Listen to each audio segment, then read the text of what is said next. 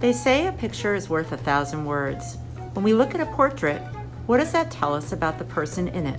Hi everyone, Mrs. Parven here to tell you all about portraits. Portraits have been around for centuries, long before we had cameras and iPhones.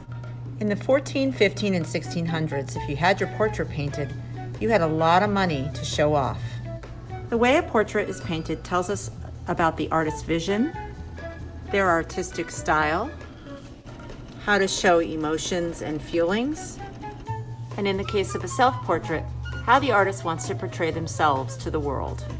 Let's take a look at how some of our students work on self-portraits.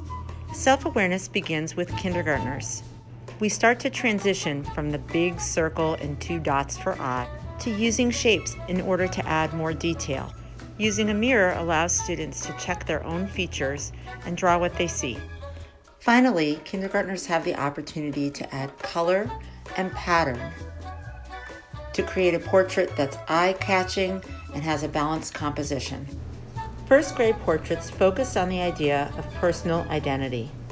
Inspired by the art of Frida Kahlo, who was a great self-portrait artist, students learn how to first draw a more anatomically correct face, and then they include design details and even a thought bubble about something that's important to them. Inspired by the art of Pablo Picasso, second graders have the opportunity to draw what we call a broken portrait, which shows both the face from the front and from the side or profile.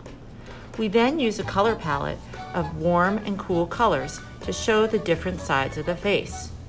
These crazy mixed up portraits look really great when they're finished. You can see the contrast of warm and cool colors to accentuate the 2 sides of the face. Third and fourth grade is all about refining our portraits, learning about symmetry, proper placement of features, and really drawing ourselves in our likeness.